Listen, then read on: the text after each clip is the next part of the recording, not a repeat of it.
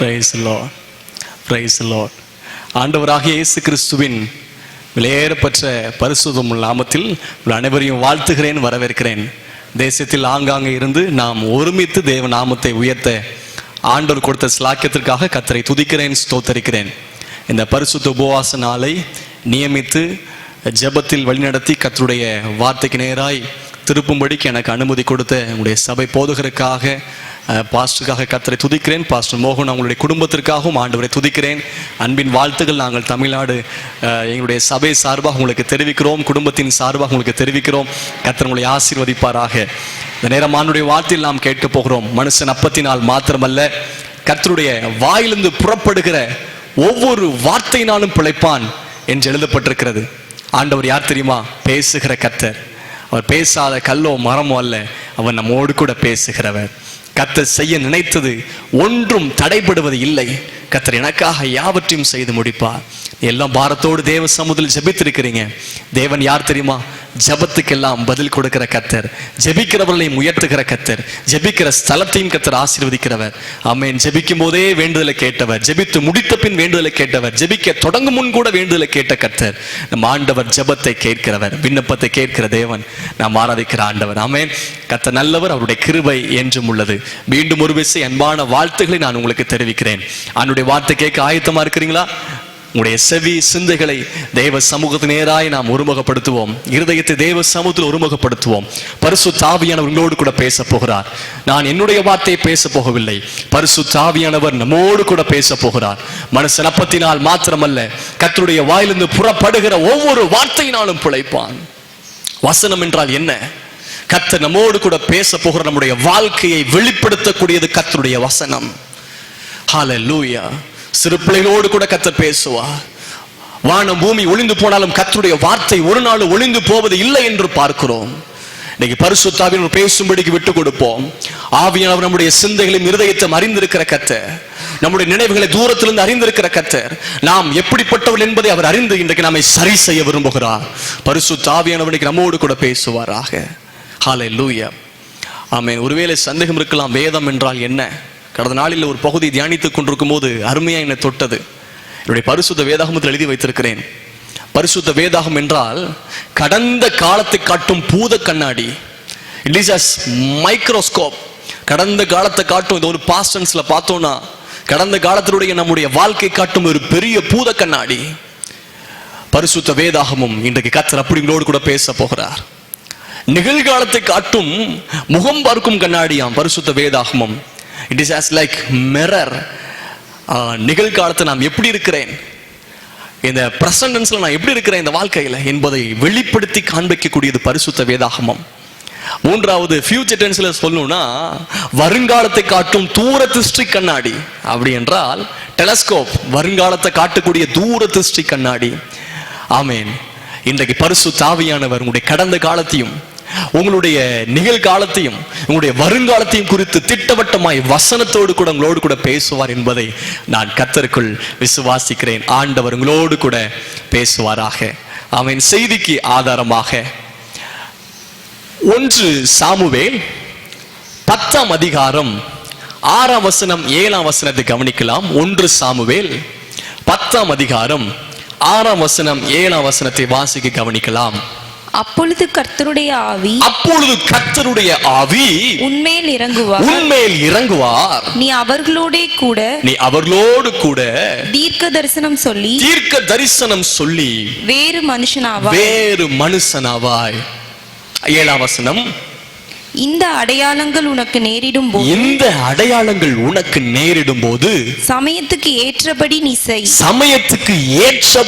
செய். தேவன் உன்னோடே இருக்கிறார். ஆண்டவர் நல்லவர், அவர் கிருபை என்றும் உள்ளது. 1 சாமுவேல் 10ஆம் அதிகாரம் 7ஆம் வசனத்தை கவனியுங்கள். நான் வாசிக்கிறேன். இந்த அடையாளங்கள் உனக்கு நேரிடும் போது சமயத்துக்கு ஏற்றபடி செய், தேவன் உன்னோடு கூட இருக்கிறார். ஒருவேளை உங்கள் பக்கத்தில் யாரும் இருப்பார்கள் என்று சொன்னால் குடும்ப நபர்கள் இருக்கலாம், உங்களுடைய நண்பர்கள் இருக்கலாம். பக்கத்தில் இருக்கவங்களை பார்த்து சொல்லுங்க, சமயத்துக்கு ஏற்றபடி செய், தேவன் உன்னோடு கூட இருக்கிறார். ஆமென். Very good. நல்ல அருமையா சொல்றீங்க. சமயத்துக்கு ஏற்றபடி செய், தேவன் உன்னோடு கூட இருக்கிறார். இந்த வார்த்தை கவனித்துக் கொண்டிருக்கிற உங்களோடு பரிசுத்த ஆவியானவர் பேசுகிறார். சபையே, சமயத்துக்கு ஏற்றபடி செய், தேவனோடு கூட இருக்கிறார். அருமையான போதகர்களே, சமயத்துக்கு ஏற்றபடி கர்த்தருடைய ஊழியத்தை செய்யுங்கள், தேவன் உங்களோடு கூட இருக்கிறார். பிசினஸ் பண்றவர்கள் நோக்கி கர்த்தர் பேசுகிறார். நீங்க சமயத்துக்கு ஏற்றபடி செய்யுங்கள், தேவன் உங்களோடு கூட இருக்கிறார். படித்துக் கொண்டிருக்கிற வாலிபர்களே, சமயத்துக்கு ஏற்றபடி செய்யுங்கள், தேவன் உங்களோடு கூட இருக்கிறார்.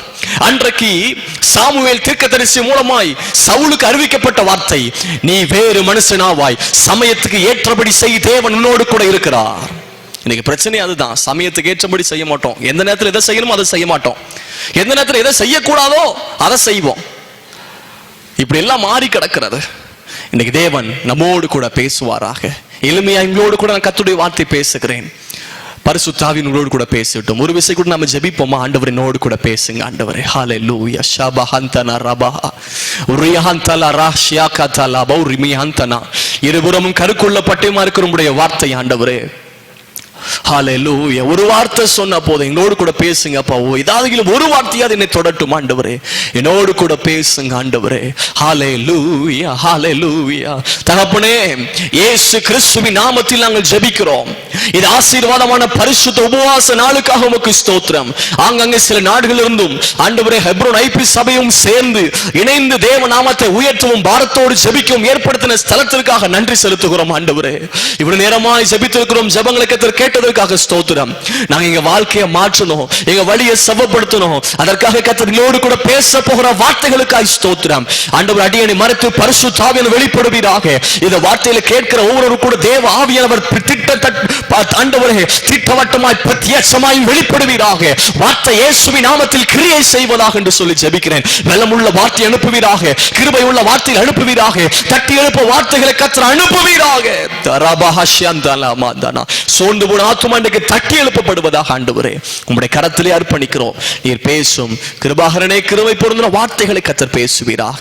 இயேசுவின் நாமத்தில் ஜெபிக்கிறோம் நல்ல பிதாவே. Amen, amen. Praise the lord. Hallelujah. கர்த்தர் நல்லவர். மீண்டும் உங்களோடு கூட இணைந்து ஆண்டுடைய வார்த்தை கொடுப்பதை குறித்து நான் மிகவும் கர்த்தருக்குள் மகிழ்ச்சி அடைகிறேன். ஆண்டவர் கொடுத்த தருணத்திற்காக ஆண்டவருக்கு நன்றி செலுத்துகிறேன். கர்த்தர் உங்களை ஆசீர்வதிப்பாராக. அந்த வேத பகுதிக்கு நேராக நம்முடைய சிந்தைகளை திருப்பலாம். 1 சாமுவேல் 10ஆம் அதிகாரம் 6ஆம் வசனம் 7ஆம் வசனம். அந்த பகுதியை பார்க்கும்போது அதுக்கு முன்பதாக சவுல் இஸ்ரவேல் தேசத்துடைய முதலாவது ராஜாவாக தெரிந்து கொள்ளப்படுகிறார். கழுதையை தேடி போனவர் தேவ திட்டத்து நிமித்தமாய், ஜனங்களுடைய கூக்குரல் நிமித்தமாய் ஆண்டவர் இந்த ஜெபத்தை கேட்டு அன்றைக்கு சவுலை ராஜாவாக மாற்றப்படுகிறார்கள்.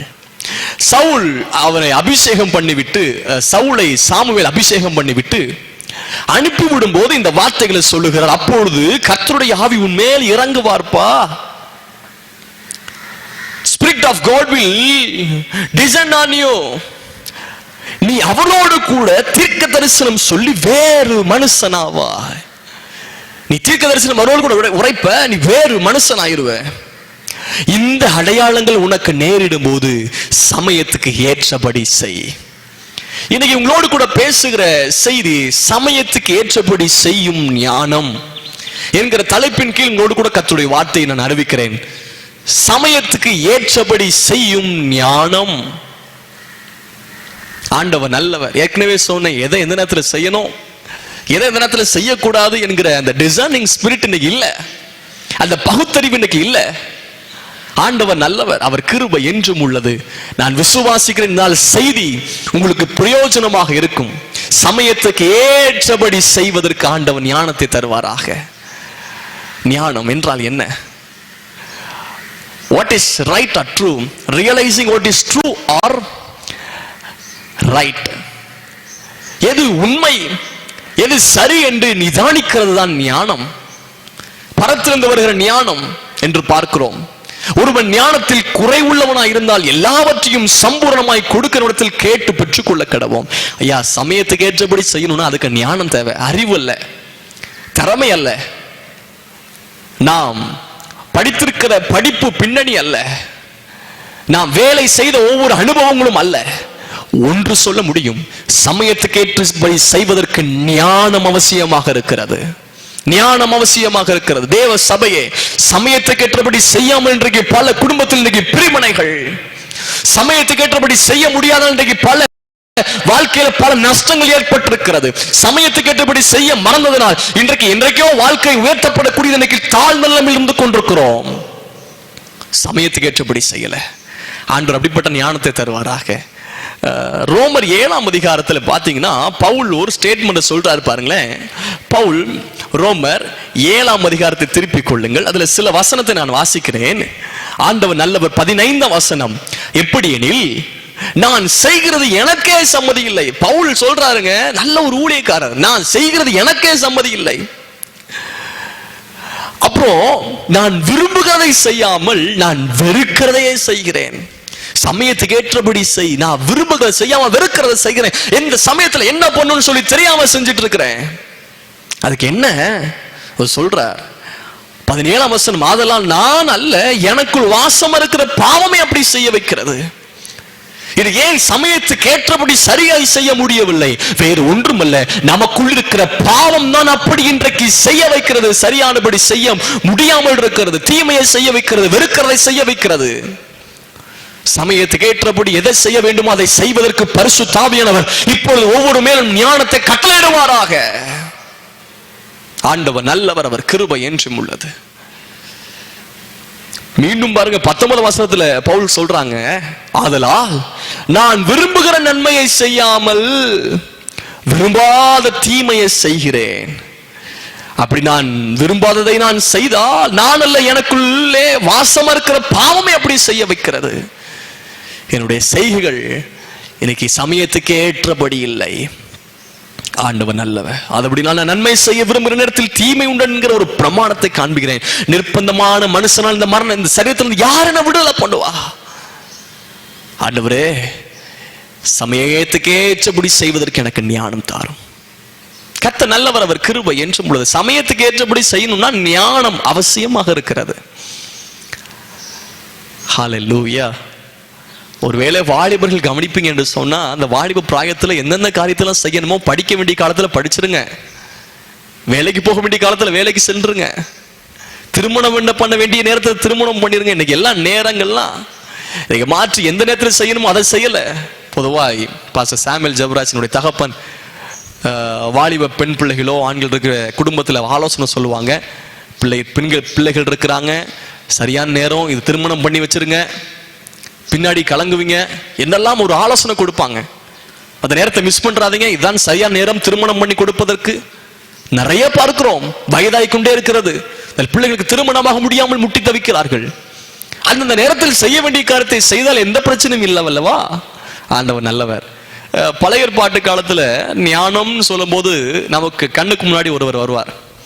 ஒரு எக்ஸாம்பிள் யார் அப்படின்னா சாலமோன். புதிய ஏற்பாட்டில் ஞானம் என்று சொல்லப்படும் போது இயேசுவே ஞானமாய் வெளிப்பட்டார்.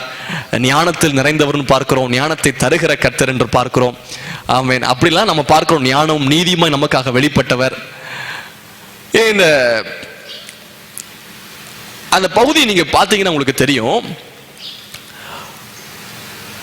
சாலமோன் நித்திரை பண்ணிட்டு இருக்கும்போது ஆண்டவர் வந்து கேட்கிற, உனக்கு என்னப்பா வேணும்? அவர் கேட்கிறார், நீ கேட்கறதெல்லாம் சொல்லு, நான் உனக்கு தர்றேன். அவர் என்ன கேட்கிறார் தெரியுமா? எனக்கு ஞானம் தாரும் என்று கேட்கிறார். ஆண்டவர் ஞானத்தோடு கூட சேர்த்து எல்லாவற்றையும் சகலவற்றையும் திரும்ப கொடுக்கிறார் அவருக்கு. அவருடைய ஞானம் பயங்கர பிரபலமாய் விட்டது. பக்க தேசத்துக்காரங்க வராங்க, சேபாவின் ராஜஸ்ரீ வராங்க, ஞானத்தை குறித்து கேள்விப்பட்டு வராங்க. தேவன் சாலமோனுக்கு மிகுதியான ஞானத்தையும் புத்தியையும் கடற்கரை மணல்தனையாய் மனோவிருத்தியும் கொடுத்தார். அவருடைய ஞானத்தை வந்தாங்களாம்.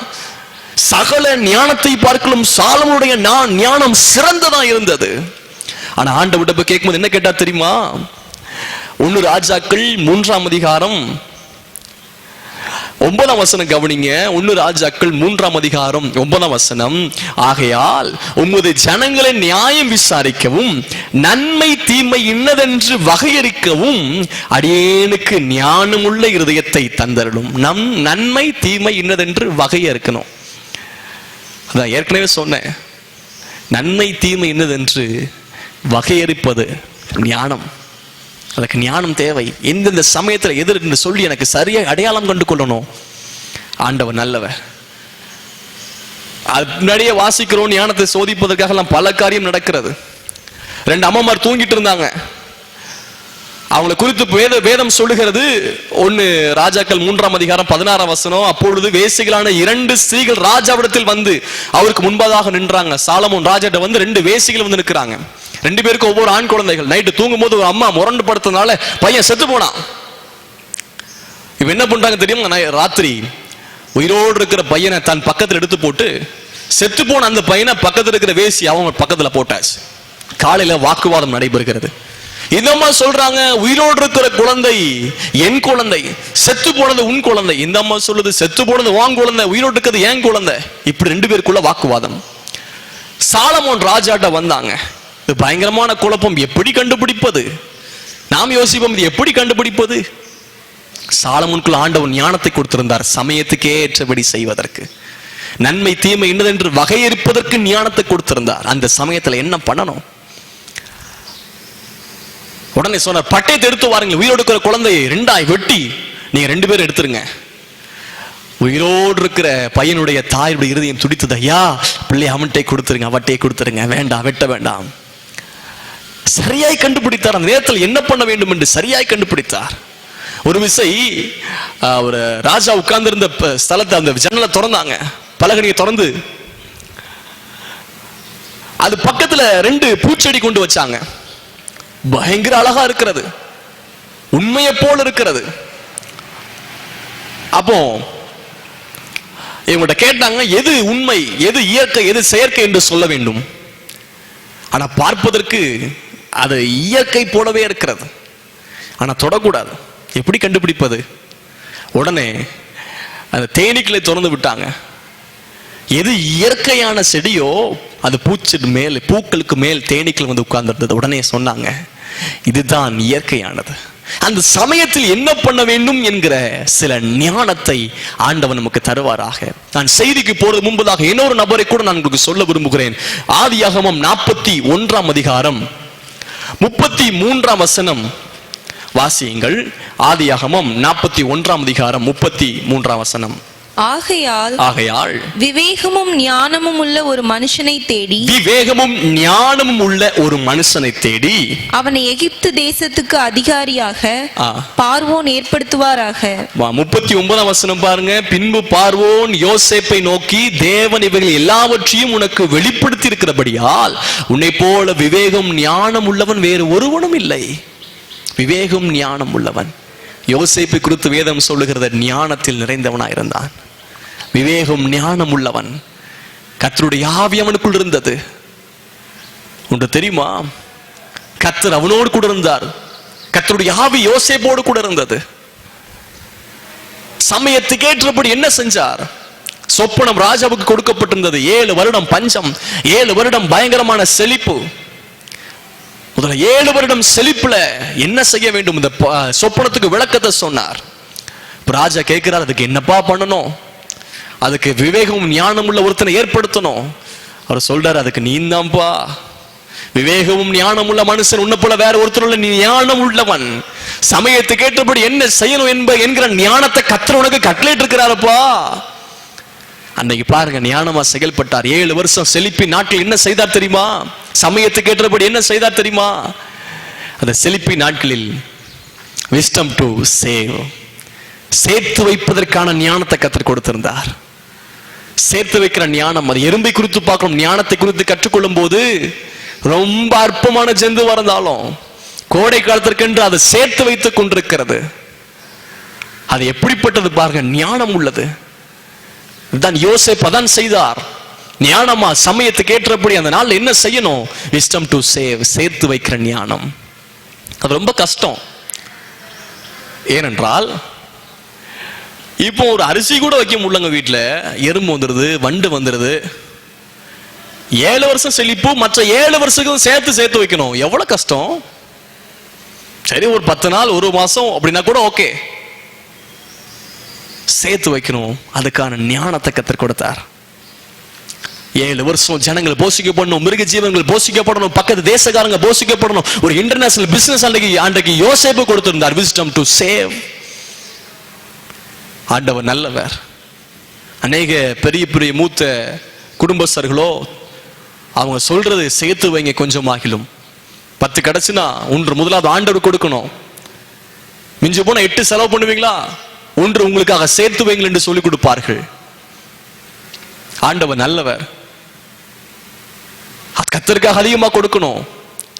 நாம் நமக்கு தகுதி கேட்டாற்போல் செலவு பண்ணணும், அதே சமயத்தில் சேர்த்து வைக்கணும். சமயத்துக்கு ஏற்ற ஞானம். 2வது யோசேப்புக்குள் இருந்த ஞானம் என்ன தெரியுமா? விஸ்டம் டு செக்யூர், பாதுகாக்கிற ஞானம். சேர்த்து வைக்கப்பட்ட அனைத்தையும் பாதுகாக்கிற ஞானம். ஏற்கனவே சொன்னேன், அரிசியை வைக்க முடியல, சீனியை வைக்க முடியல, தானியங்களை வைக்க முடியுமா? கொஞ்ச நாள்ல கெட்டு போயிடும். சில காய்கறிகள் 4 நாட்கள கெட்டு போயிடும். ஆனா தானியங்களை எவ்வளவு நாள் சேர்த்து வைக்கணும் பாருங்க. 7 வருஷத்துக்காக சேர்த்து வைக்கணும். மொத்தம் முதல் 7ல இருந்தே சேர்த்து வைக்கிறாங்க. அந்த செழிப்பின் அந்த வருஷத்துல இருந்தே சேர்த்து வைக்கிறாங்க. நீ எதுவும் வைக்க முடியல, பெருச்சாளி தோலை தாங்க முடியல, சுண்டலி தோலை தாங்க முடியல. எப்படி ஞானமா செஞ்சிருப்பாரு பாருங்க. ஆண்டவர் நல்லவர். அந்த ஞானம் யோசேப்புக்குள் இருந்தது. பாதுகாக்கிற ஞானம். wisdom to secure whatever he saved. அவர் சேர்த்து வைக்கப்பட்ட ஒவ்வொன்றையும் பாதுகாக்கிற ஞானத்தை கொடுத்திருந்தார் சமயத்துக்கு ஏற்றபடி. கெட்டு போச்சு, அழுகி போச்சு, நாசமா போச்சுலாம் பார்க்க முடியாது. ஜனங்கள் கடைசி பஞ்சகாலம் வரைக்கும் போஷிக்கப்பட்டார்கள். 3வது wisdom to sell. அது விற்பதற்கான ஞானம் கொடுத்திருந்தார். நம்மளாம் என்ன பண்ணிருப்போம்? 7 வருஷம் பஞ்ச நாட்கள ஜனங்கள் தேடி வருவாங்கல்ல, ஒரே நாள்ல பணம் ஆசைப்பட்டு, பொருள் ஆசைப்பட்டு ஒரே நாள்ல வித்து தீர்த்திருப்போம். என்ன தேவையோ அதை கொடுத்து வித்து தீர்த்தார். அது 7 வருஷமும் தேவை. 7 வருஷம் கடைசி நாள் வரைக்கும் அது தேவை. விற்பதற்கான ஞானம் இருந்தது. முடிக்கும் போது எல்லாருக்கும் ஜனங்களுக்கு ஒன்றும் இல்ல, விற்பதற்கு என்ன பண்ணும்? நீங்க கொண்டு வாங்க, இதை பண்ணுங்க, இதை பண்ணுங்க, நிலத்தை கொடுங்க. விற்பதற்கான ஞானத்தை கொடுத்திருந்தார். இந்த சமயத்துக்கு ஏற்றபடி என்ன செய்யணும், பஞ்சகாலத்தில் என்ன செய்யணும், செழிப்பி நாட்கள் என்ன செய்யணும், சமயத்துக்கு ஏற்றபடி ஞானத்தை கர்த்தர் கொடுத்திருந்தார். அன்றைக்கு கர்த்தர் நல்லவர், அவர் கிருபை என்றும் உள்ளது. இப்போ சவுலுடைய வாழ்க்கை நம்ம தியானிக்க போகிறோம். ஒரு 3 காரியத்தை உங்களோடு கூட நான் சொல்ல இருக்கிறேன். அப்படி டோட்டலா டிஃபரெண்டான மாதிரி இருக்கும். பரிசுத்த ஆவி உங்களோடு கூட பேசுவாராக. அன்றைக்கு அனுப்புகிறார் சொல்லி தீர்க்கதரிசி சாமுவேல், கர்த்தருடைய ஆவியின் மேல் இருப்பார்ப்பா, நீ வேறு மனுஷனாவாய், சமயத்துக்கு ஏற்றபடி செய். இந்த அடையாளம் உனக்கு ஏற்படும் போது சமயத்துக்கு ஏற்றபடி செய், கர்த்தர் நோடு கூட இருப்பார். இது சவுலுக்கு சொல்லப்பட்டது. ஒன்று சொல்ல முடியும், கர்த்தருடைய ஆவி சவுல் வாழ்க்கையில் இருக்கிற வரைக்கும் சமயத்துக்கு ஏற்றபடி செய்தார். இன்றைக்கு கர்த்தருடைய ஆவி எடுக்கப்பட்டு பொல்லாத ஆவி சவுல் வாழ்க்கையில் விடப்பட்டதோ, அதன் முதற்கொண்டு சமயத்துக்கு ஏற்றபடி அன்றைக்கு சவுல் செய்ய ஆரம்பிக்கவில்லை. கர்த்தருடைய ஆவியானவர் நம்முடைய வாழ்க்கையில் இருப்பாரானால் சமயத்துக்கு ஏற்றபடி செய்கிற ஞானத்தை கற்றுத் தருவார். ஞானத்தின் ஆவியானவர் என்று போடப்பட்டிருக்கிறது. அவர் ஞானத்தின் ஆவியானவர், ஞானத்தை அருளும் ஆவியானவர். ஸ்பிரிட் ஆஃப் விஸ்டம் என்று பார்க்கிறோம், ஞானத்தின் ஆவி. ஆனால் சவுல் வாழ்க்கையில் கர்த்தருடைய ஆவி எடுக்கப்பட்ட போது சமயத்துக்கு ஏற்றபடி அவர் செய்யவில்லை. எல்லாம் தாறுமாறாக செய்கிறார், தடுமாற்றமாக செய்கிறார். சவுலின் வாழ்க்கை 2 பகுதியாக பிரிக்கலாம், தடுமாற்றத்துக்கு முன், தடுமாற்றத்துக்கு பின். ஆண்டவர் நல்லவர். வேத பகுதி நேராய் திருப்பலாம். அவர் கிருபை என்றும் உள்ளது. சவுலுடைய ஆரம்பத்தை கூட கொஞ்சம் பார்த்துலாம் பாருங்களேன். 9ஆம் அதிகாரம் முதல்ல பாருங்க, முதல் வசனம். பெஞ்சமின் கோத்திரத்தில் கீஸ் என்னும் பேருள்ள மகாபராக்கிரமசாலியின் ஒரு மனுஷன் இருந்தான். அவன் பெஞ்சமின் கோத்திரனாகிய அபியாவின் மகனாகிய பேகரோத்திற்கு பிறந்த சேராவின் புத்திரனாகிய அபியேலின் குமாரன். அவனுக்கு சவுல் என்னும் பெயருள்ள சௌந்தரியமான வாலிபன் ஒரு மனுஷன் இருந்தான்.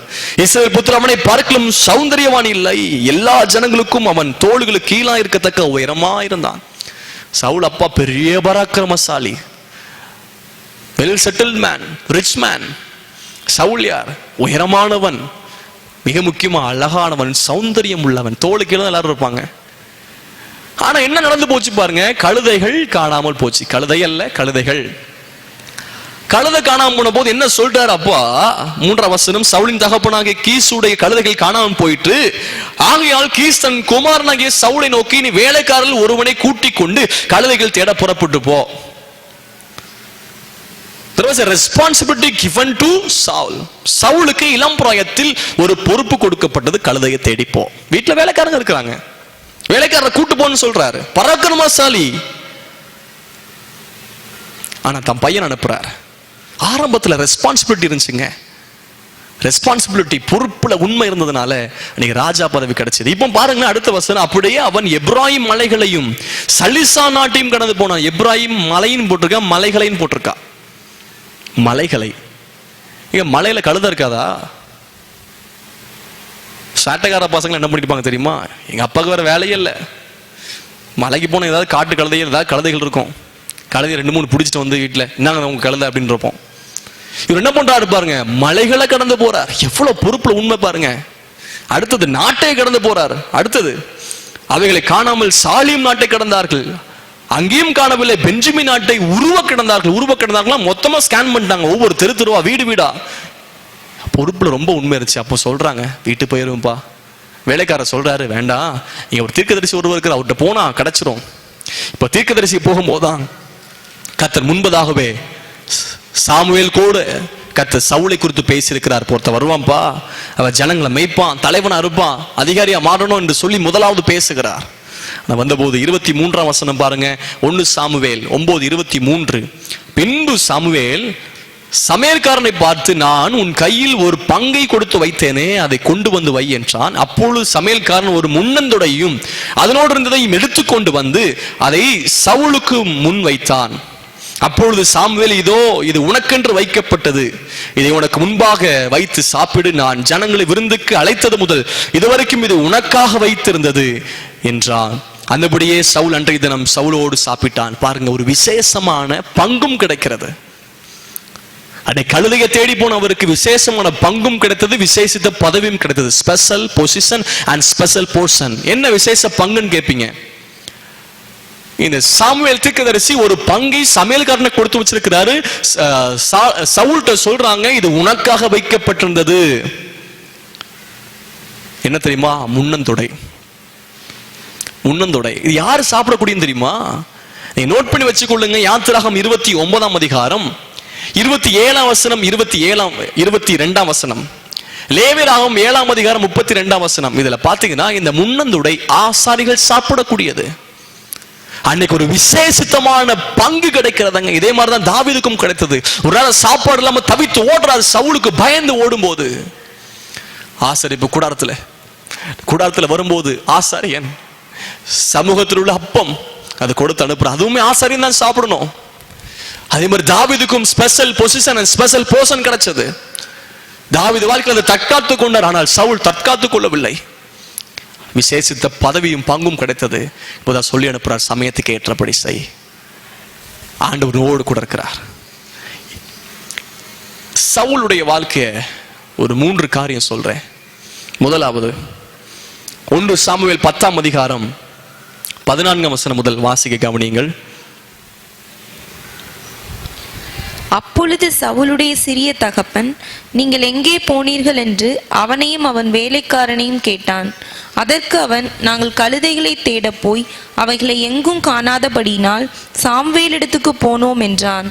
அப்பொழுது சவுலின் சிறிய தகப்பன், சாம்வேல் உங்களுக்கு சொன்னது என்ன? அதை சொல் என்றான். சவுல் தன் சிறிய தகப்பனை பார்த்து, கழுதைகள் அகப்பட்டது என்று எங்களுக்கு தீர்க்கமாய் சொன்னார் என்றான்.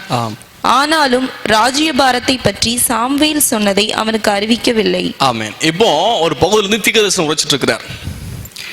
தீர்க்கதரிசனம் சொல்லி முடிச்சிட்டு மேடையிலிருந்து கீழே வந்தார். அப்போ அவங்க சித்தப்பா, அதான் 14ஆம் வசனம் பார்க்கிறோம். அப்பொழுது சவுலுடைய சிறிய தகப்பன் சித்தப்பா வந்தார். எங்கப்பா போனீங்க? இத்தனை நாள் ஆச்சு, எங்கடா போனீங்க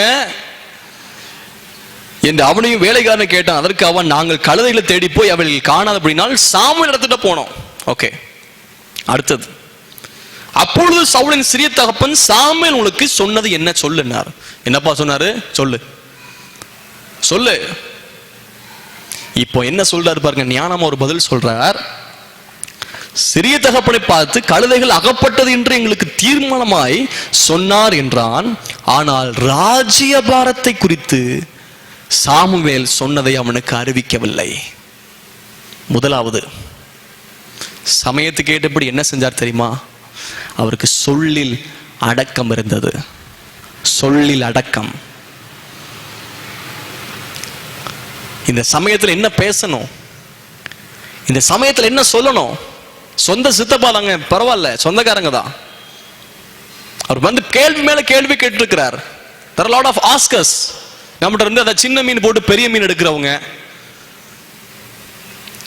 போட்டு வாங்கன்னு சொல்லுவாங்க. நிறைய போட்டு வாங்கின கண்டுபிடிச்சிடலாம். நிறைய கேள்விகள் கேட்கிறாங்கன்னா அவங்க போட்டு வாங்குறவன்னு அர்த்தம். இதோ ஒரு பெரிய செய்தி கண்டுபிடிப்பதற்கு நிறைய சின்ன சின்ன காரியங்கள்லாம் போட்டு வாங்குவாங்க. கேட்டு எங்கப்பா போனீங்க? இது இப்படி கழுதைகள் காணாம போச்சு, தேடி போனோம். என்ன கேட்டுக்கணும் சித்தப்பா? கண்டுபிடிச்சிட்டீங்களா? கிடைச்சதான்னு கேட்டிருக்கணும். எங்க சாமுவேல்கிட்ட போனோம் அப்படின்னாங்க. அவரு உனக்கு என்ன சொன்னார் சொல்லு, எங்க போனீங்க, அது எதுக்கு நடந்தது, இது எதுக்கு நடந்தது, ஏன் இப்படி, ஏன் உங்க பிள்ளைகள் ஏன் இந்த மாதிரி கலர் போட்டிருக்கிறான், ஏன் இந்த மாதிரி செருப்புங்க கிடக்குது? நிறைய ஆஸ்கர்ஸ். அநேகர் நிறைய இந்த மாதிரி ஒரு பெரிய கேள்விகள் அடிக்கடி கேட்பதனால தான் இன்னைக்கு அநேக உடைஞ்சு போயிருக்கிறாங்க. ஞானமாய் பதில் சொல்ல வேண்டும், ஆனா பொய் சொல்லக்கூடாதுங்க. they should not say lie. இவர் பொய் சொல்லல. கழுதைகள் கிடைச்சிடும் சொன்னார், அகப்பட்டுன்னு சொன்னார், ஆனா ராஜ்யபாரத்தை குறித்து சொல்லவில்லை. முதலாவது, எந்த சமயத்துல என்ன பேசணும்னு சொல்லிட்டு ஞானம் நமக்கு தேவை. பரிசுத்தங்களோடு கூட பேசிக் கொண்டிருக்கிறார். எல்லா பிரச்சனைக்கும் அடித்தளம் இன்னைக்கு நாவு. குடும்ப பிரச்சனைக்கும் இன்னைக்கு அடித்தளம் நாவு. சபைகளுக்குள் ஏற்படுகிற சிதைவுகளுக்கும் இன்னைக்கு பிரச்சனை நாவு. நாவை கட்டுப்படுத்த ஒருவனாலும் கூடாதுன்னு போட்டிருக்கு. ஆனா பெந்தேகோஸ்து நாள்ல பரிசுத்த ஆவியானவர் முதலாவது நாவை தொட்டார். கூடிய நேரத்தை நிரப்பினதுக்கு பின்பதாக அக்கினிமயமான நாவுகள் ஒவ்வொருவருக்கும் காணப்பட்டது. ஹல்லேலூயா. இன்னைக்கு ஏன் தெரியுமா? சொந்தக்காரா இருக்கலாங்க, சொந்த சகோதரனா இருக்கலாம், பெற்றோரா இருக்கலாம், குடும்பஸ்தனா இருக்கலாம், சொக்காரனா இருக்கலாம். எதை சொல்லணுமோ அதை சொல்லுங்க, எதை சொல்லக்கூடாது அதை சொல்லாதீங்க. எனக்கு அப்படிப்பட்ட ஞானம் நமக்கு தேவை. சொந்தம் தானே சொல்லிடுறோம், எனக்கு ஜவுனுவாங்கன்னு சொல்லிடுறோம், எனக்கு இந்த காரியத்தை செய்வாங்கன்னு சொல்லி ஓப்பனா சொல்லிடுறோம்.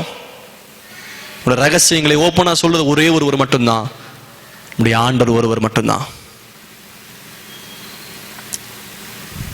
ஏனென்றால் பொறாமை என்கிற குணம் முதலாவது எழும்புவதே குடும்பத்தில் தான். ஒரு உயர்ந்துட்டான், நல்லா ஆயிட்டான், வேலைக்கு போயிட்டான், உயர்த்த போடுறான்னா முதலாவது பொறாமை கொள்கிறவனே குடும்பத்தில் உள்ளவன் தான்.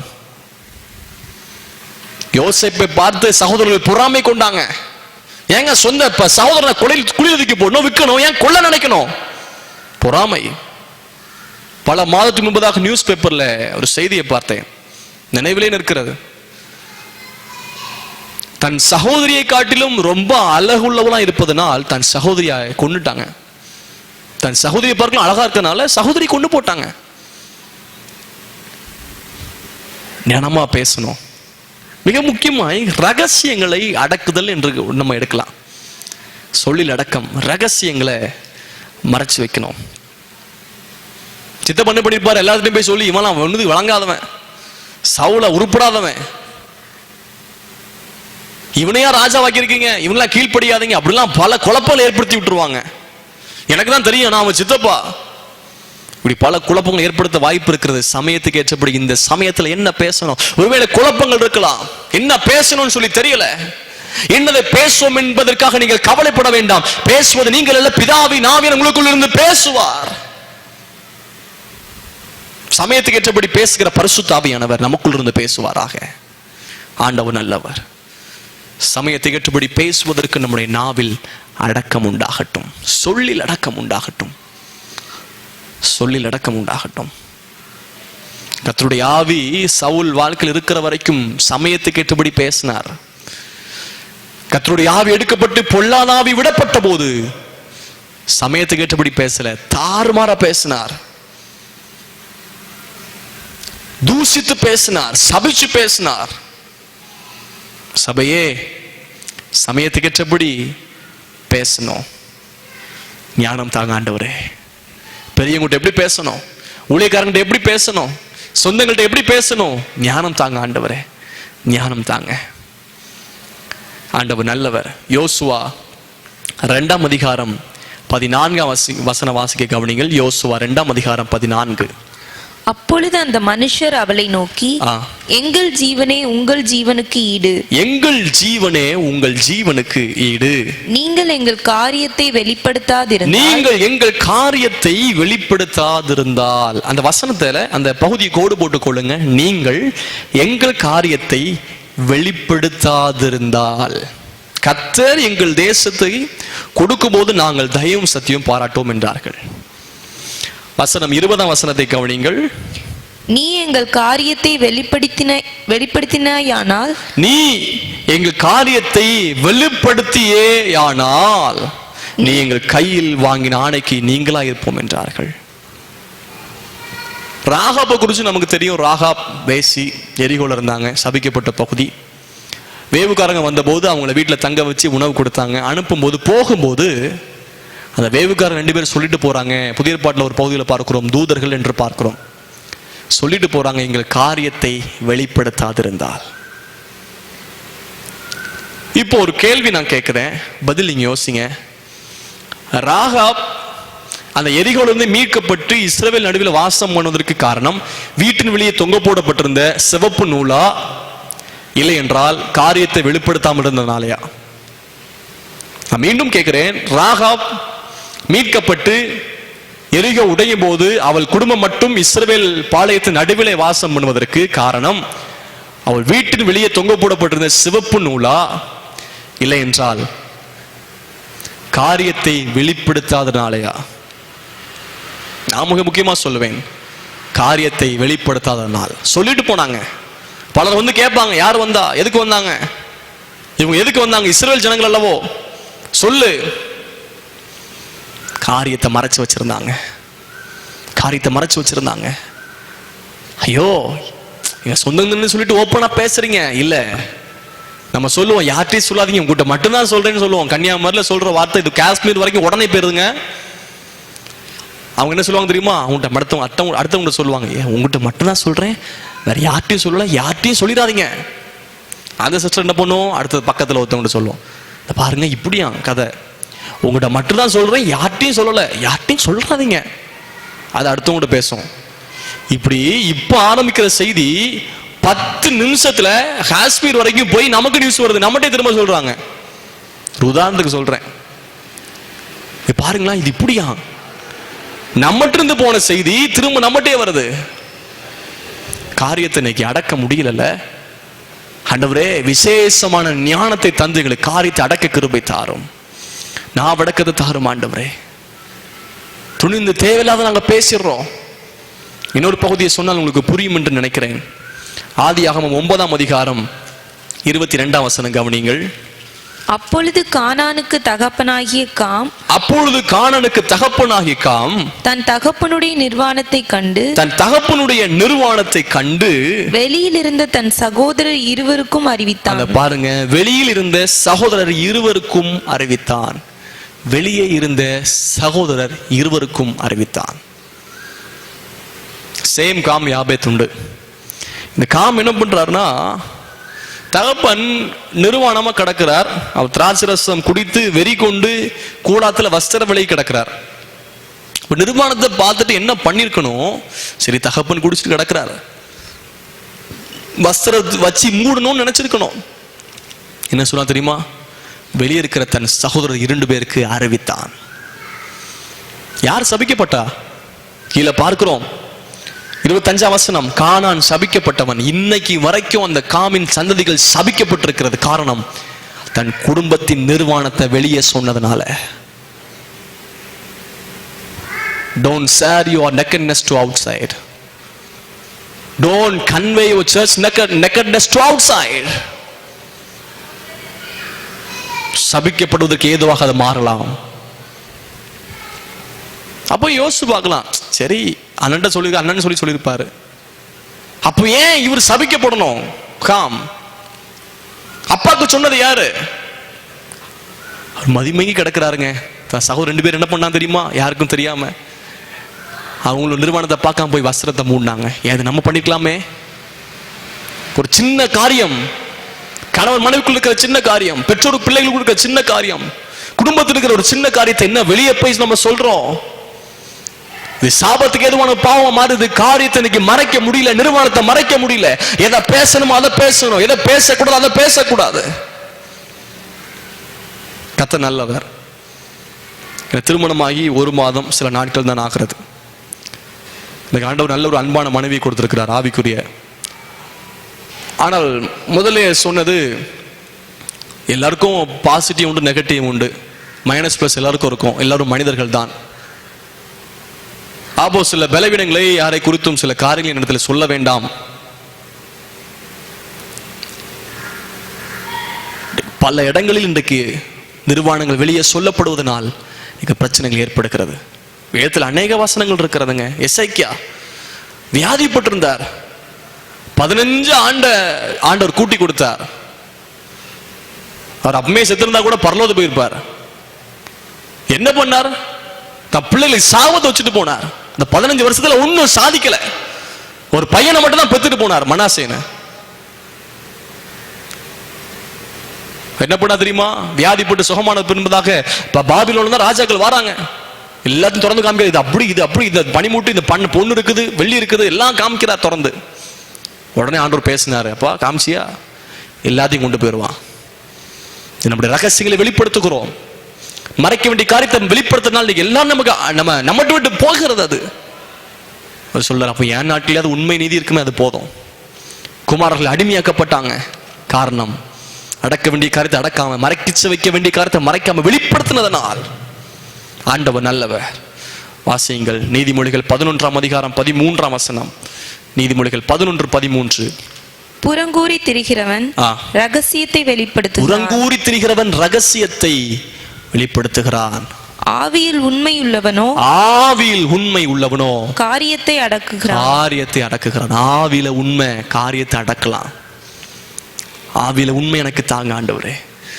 நீதிமொழிகள் 25ஆம் அதிகாரம் 2ஆம் வசனம் வாசியுங்கள். நீதிமொழிகள் 25:2. காரியத்தை மறைப்பது தேவனுக்கு மேன்மை. காரியத்தை மறைப்பது, பாருங்க, நம்ம யோசிக்கலாம், ஐயோ காரியத்தை மறைச்சிட்டோமே. காரியத்தை மறைப்பது தேவனுக்கு மேன்மை. சவுலே, சொந்த சொல்லணும்னு வருத்தப்படுறியா? சொந்தங்களை எதிர்பார்க்கலாம், எனக்கு அது சொல்லணும், இது சொல்லணும். they are expecting lot of things from us. குடும்பத்துடைய எதிர்பார்ப்பு, ஜனங்களுடைய எதிர்பார்ப்பு நிறைவேற்ற வேண்டும் என்கிற அவசியம் இல்லை. மறைக்க வேண்டிய காரியத்தை நம்ம மறைச்சுதான் ஆகணும். காரியத்தை மறைப்பது தேவனுக்கு அது மேன்மை. அருமையான ஊழியர்களே, விசுவாச பிள்ளைகள் நம்மளை நம்பி ஜெபிக்கிறோம், ஆலோசனை சொல்லுவோம், நம்பி குடும்பத்தின் சில காரியங்களை சொல்றாங்க. ஆனா நம்ம என்ன பண்றோம்?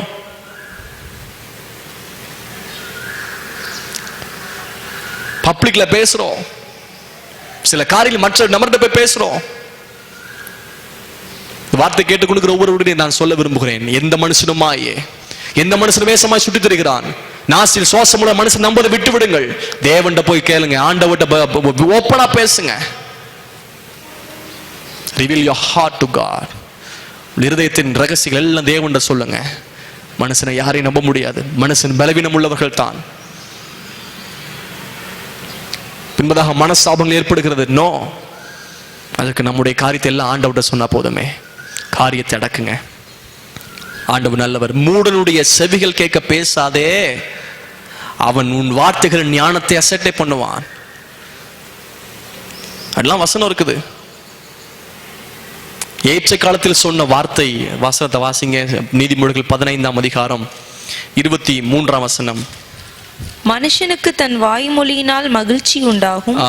ஏற்ற காலத்தில் சொன்ன வார்த்தை எவ்வளவு நல்லது. பாருங்க, ஏற்ற காலத்தில் சொன்ன வார்த்தை, எந்த நேரத்துல எந்த காலத்துல என்ன சொல்லணுமோ அதை சொல்றது எவ்வளவு நல்லது.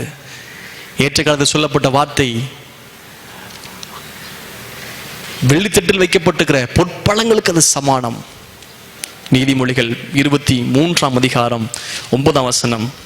மூடனுடைய செவிகள் கேட்க பேசாதே, அவன் உன் வார்த்தைகளின் ஞானத்தை அசட்டை பண்ணுவான். சிம்சோன் இந்த ஒருத்தன் உண்டு. சிம்சோன் பிரதிஷ்டை இழந்தவன், கிருபை இழந்தவன், ஒருவன் வேசிக்கலனா என்று பார்க்கிறது. தன் கொடுக்கப்பட்டிருக்கிற கிருபை இழந்தவன் சிம்சோன். காரணம் என்ன தெரியுமா? காரியத்தை வெளிப்படுத்தினதுனால. அந்த பகுதி அருமையா போட்டிருக்கோம்.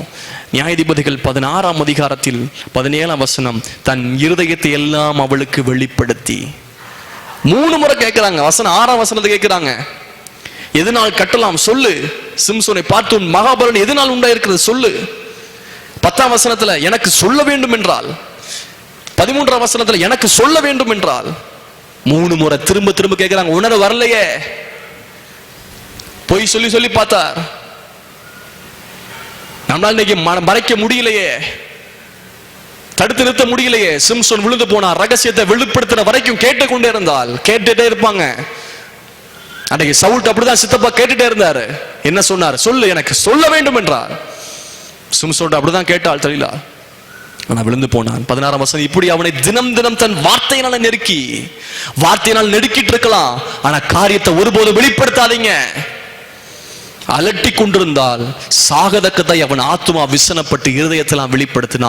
முதல்லயே பொய் சொல்லாம இருந்தா, சொல்ல முடியாதுப்பா, இது தேவனுக்கும் எனக்குள்ள ரகசியம் என்று முதலாவது வாணித்தனமா நின்றால் சிம்சோன் வாழ்க்கையில் ஒரு ஜெயத்தை பெற்றிருக்கலாமே. நாவில் அடக்கம் உண்டாகட்டும், நாவில் அடக்கம் உண்டாகட்டும். நிறைய காரியம் இருக்குது. சங்கீதம் 52 டைட்டில் பாத்தீங்கன்னா, சங்கீதம் 52 டைட்டில் பாருங்க, ஆண்டவர் நல்லவர். தாவீது அபிமெலேக்கின் வீட்டுக்கு வந்தான் என்று ஏதோமியனாகிய தோமைக்கு வந்து சவுலுக்கு அறிவித்த பின்பு முதலாவது தாவீது, சவுலுடைய காது நல்லா இருந்துச்சுங்க.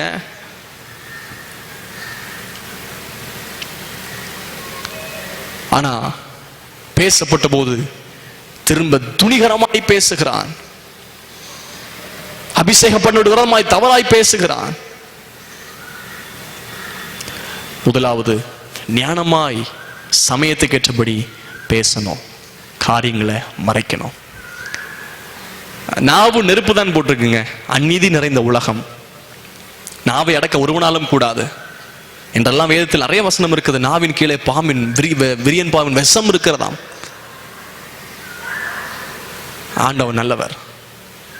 நாவு ஆண்டவர் தொடட்டும். எதை பேசணுமோ ஞானமுள்ள வார்த்தையில பேசணும், கவனமுள்ள வார்த்தையில பேசணும், அபிஷேக வார்த்தையில பேசணும், விசுவாச வார்த்தைகளை பேசணும். என் நாவை தொடுங்க ஆண்டவரே. நாவு நெருப்பு தான் பெரிய காட்டை கொளுத்தி போட்டிருக்கு. இந்த ஸ்கூல் காலேஜஸ்ல லேப் இருக்கும், கெமிஸ்ட்ரி லேப்ல பாஸ்பரஸ்ன்னு ஒன்று இருக்கும். பாஸ்பரஸ் எதில் போட்டு வச்சிருப்பாங்க அப்படின்னா, தண்ணிக்குள்ள போட்டு வச்சிருப்பாங்க. அது வெளியே எடுக்க மாட்டாங்க. எடுத்தா நெருப்பு வரும். ஆண்டவர் பாருங்களேன், ரொம்ப ஞானம் உள்ளவர். நம்முடைய நாக்கை எங்க போட்டு வச்சிருக்கிறாரு பாருங்க, தண்ணிக்குள்ள போட்டு வச்சிருக்கிறாரு நாக்கை. எப்பவும் உமிழ் நீர் பண்றோம், தண்ணி நிறைய லிட்டர் கணக்கில் குடிக்கிறோம் ஒரு நாளைக்கு. நாவு நெருப்பு தான், காட்டையே கொளுத்தி போட்டுறோம். கரிசனை உள்ள நாவாய் மாறட்டும், கட்டுப்பாட்டி நாவாய் நம்முடைய நாவு மாறட்டும். முதலாவது நான் வேகமாய் சொல்லி முடிக்கிறேன். சவுலுக்கு ஞானத்தோடு கவனமா பதில் சொன்னார், சொல்லில் அடக்கம் இருந்தது. இரண்டாவது வாசிங்க, 1 சாமுவேல் 10ஆம் அதிகாரம் 27ஆம் வசனம். ஆனாலும் பேலியாளின் மக்கள் இவனா நம்மை ரட்சிக்க போகிறான் என்று சொல்லி அவனுக்கு காணிக்கை கொண்டு வராமல் அவனை அசட்டை பண்ணினார்கள். அவனோ காது கேளாதவன் போல இருந்தான். இந்த சமயத்தில் என்ன பேசணும்? ரொம்ப தூஷித்து பேசுறாங்களே. பேலியான் மக்கள் இவனா நம்ம ரட்சிக்க போறான், பேலியான் மக்கள் இவனா நம்ம ரட்சிக்க போறான், அப்படி இல்லாம தூஷணமா பேசுறாங்க. சவுல் அப்பதான் சின்ன பையன், வாலிபன் ராஜாவாக்கப்பட்டு வந்திருக்கிறார். இலக்காரமா பேசுறாங்க, நிந்திச்சு பேசுறாங்க, தூஷித்து பேசுறாங்க. என்ன செய்யணும் இந்த சமயத்துல? உங்களுக்கு விரோதமாய் பேசப்படுகிற என்ன செய்ய வேண்டும்? துணிந்து நாம பேசணுமா? எதிர்த்து பேசணுமா? கோபித்து பேச வேண்டுமா? யுத்தத்துக்கு செல்ல வேண்டுமா? அவரோடு கூட நம்ம போராட வேண்டுமா? இல்லை. இந்த சமயத்தில் என்ன செய்ய வேண்டும்? கர்த்தரோடு கூட இருக்கிறார். சமயத்துக்கு ஏற்றபடி செய். இந்த நேரத்தில் சவுல் செய்தது, அவனோ காது கேளாதவன் போல் இருந்தான். செவியில் அடக்கம் உள்ளவன், செவியில் அடக்கம் உள்ளவன், காது கேளாதவன் போல் இருந்தானா? நீதிமொழிகள் 21ஆம் அதிகாரம் 28ஆம் வசனம். பொய் சாட்சிக்காரன் கெட்டு போவான், செவி கொடுக்கிறவனோ எப்பொழுதும் பேசத்தக்கவனாவான். செவி கொடுக்கிறவன் எப்பொழுதும் பேசத்தக்கவன் அவனா. ஏன் எதிர்த்து பேசுறோம்? ஏன் சண்டை போட்டு பேசுறோம்? செவி கொடுக்கிறோம். நம்ம செவி கொடுக்கிறோம். இப்படி காது எப்பொழுதும் தேவ சத்தம் கேட்கிறதாய் மாறட்டும். இக்கால சத்தம் கேட்கப்படுவதற்காக என்னுடைய காது எப்பொழுதும் அந்த சத்தத்துக்காக காத்திருக்கட்டும். மிக வேதனையான என்ன தெரியுமா? சவுல் மேல் இருந்த கர்த்தருடைய ஆவி எடுக்கப்பட்ட போது அவன் சமயத்துக்கு ஏற்றபடி செய்யல. தாவீது யுத்தத்துக்கு வந்து நிற்கிறார். கோலியாத்தை கொன்ற போது பயங்கரமான சத்தம். சவுல் கொன்றது 1000, தாவீது கொன்றது 10000 என்று சத்தப்படும் போது முறையாய் பேச தொடங்கினார்கள். சவுலுக்குள்ள கோபங்கள் வர ஆரம்பித்தது, பொறாமை வர ஆரம்பித்தது, எரிச்சல் குணம் வர ஆரம்பித்தது. ஆனா ஒரு நாள் அவன் குரோதமாய் பேசும்போது காது கேளாதவன் போல் இருந்தான். ஆனா ஒரு குறிப்பிட்ட காலகட்டத்தில் தன் காதுனால் கேட்டு 85 ஊழியக்காரனை கொண்ட ஆசாரியன்ல. சங்கீதம் 52 டைட்டில் பார்க்கிறோம். தோபைக்கு அறிவித்த போது காது இப்ப விருத்த சேதனம் பண்ணப்படல. சமயத்துக்கு ஏற்றபடி இந்த நேரத்தில் செய்யல. ஆதியின் அன்பு விட்டோம், ஆதி நிலைமை விட்டோம்.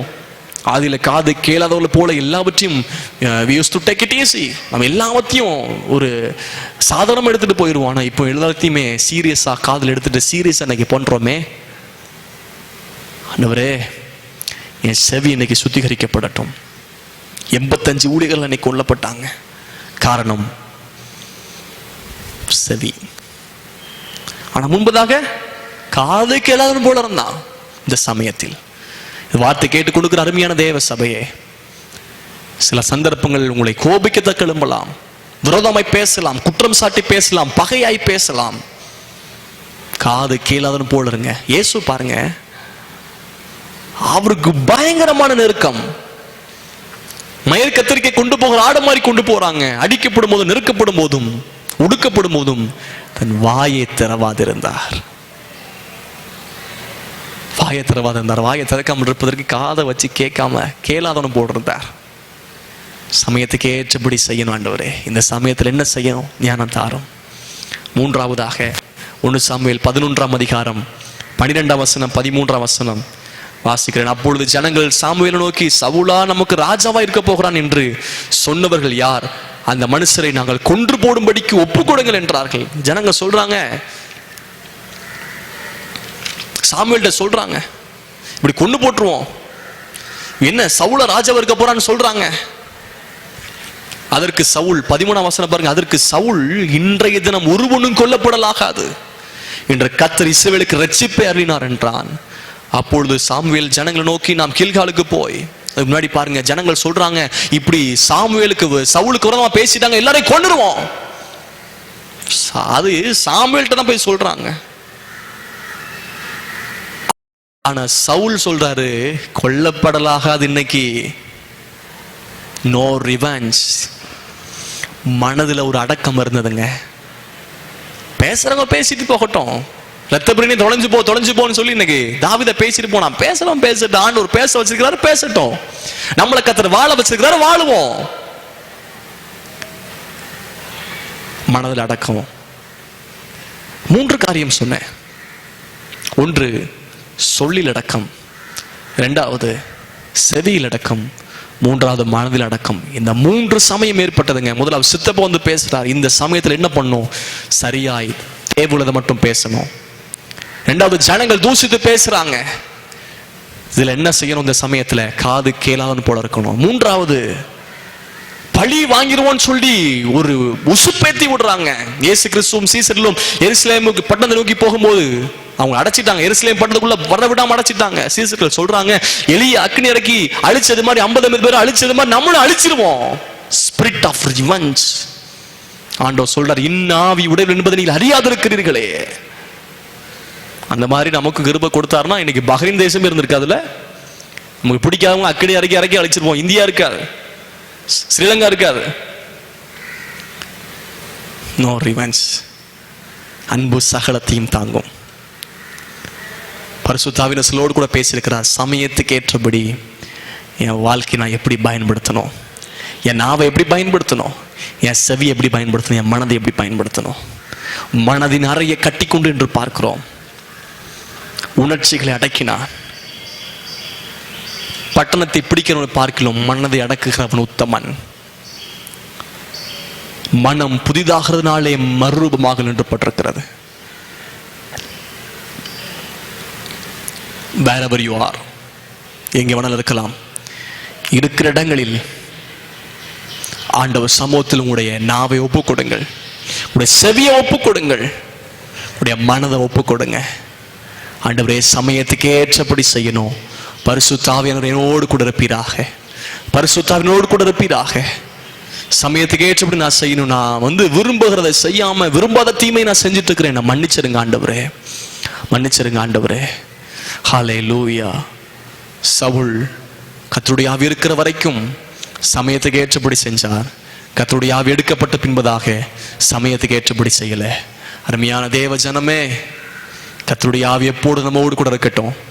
சமயத்துக்கு ஏற்றபடி செய்வதற்கு ஞானத்தை ஆண்டவர் தரட்டும். யோசேப்பை போல, சாலமோன் முன்பதாக ஞானத்தோடு செயல்பட்டது போல, இயேசு கிறிஸ்து ஞானமாய் செயல்பட்டது போல, சவுல் முன்பதாக ஞானமாய் பேசினது, ஞானமாய் கேட்டது, ஞானமாய் செயல்பட்டது போல ஞானமாய் செயல்படணும் ஆண்டவரே. சமயத்துக்கு ஏற்றபடி என் நாவத்தோடுங்க ஆண்டவரே, என் நாவத்தோடுங்க. ஏசாயாவின் உதடை தொட்ட கர்த்தர் தீர்க்கதரிசி தான், தீர்க்கதரிசனம் உரைத்தவர் தான், பல வார்த்தையை சொன்னவர் தான். ஆனால் அவருடைய உதடும் பாவம் நிறைந்து விடுது. உதடு பாவம் நீங்கினது, நிவிர்த்தியானது, அக்கிரமம் நிவிர்த்தியானது.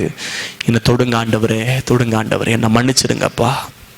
ஹல்லேலூயா, ஹல்லேலூயா, ஹல்லேலூயா. ஷாபஹந்தனா. பரலோக பிதாவே, உமக்கு நன்றி செலுத்துகிறோம், நன்றி செலுத்துகிறோம். இந்த வார்த்தை கேட்ட எங்கள் எல்லோரையும் ஆண்டவர் சமயத்துக்கு ஏற்றபடி செய்கிற ஞானத்தினால் நிரப்புவீராக. எங்களுடைய செவி விருத்த சேதனம் பண்ணப்படட்டும், மனது விருத்த சேதனம் பண்ணப்படட்டும். எங்களுடைய ஆண்டவரே ஸ்தோத்திரப்ப நாம் விருத்த சேதனம் பண்ணப்படட்டும். ஆண்டவரே, கரத்திலே அர்ப்பணிக்கிறோம், கரத்திலே அர்ப்பணிக்கிறோம். ஆண்டவரே, சமயத்துக்கு ஏற்றபடி என்னென்ன செய்யணுமோ, என்னென்ன பேசணுமோ, எப்படி சிந்திக்கணுமோ அதை செய்ய கர்த்தர் கிருபை தாரும். ஆசீர்வதிப்பீராக தம்முடைய ஜனங்களே. தேவ கிருபையின்படி கர்த்தர் வாழவையும் இயேசுவின் நாமத்தில் பிதாவே, ஆமென். கர்த்தர் உங்களை ஆசீர்வதிப்பாராக. இந்த கர்த்தருடைய வார்த்தை கொடுக்க தருணம் கொடுத்த போதகர் குடும்பத்திற்கும் சபைக்கு நான் வாழ்த்துக்களை தெரிவிக்கிறேன். தொடர்ந்து கர்த்தருடைய கிருபை எங்களை தொடர்வதாக. Price the Lord, price the Lord, price the Lord.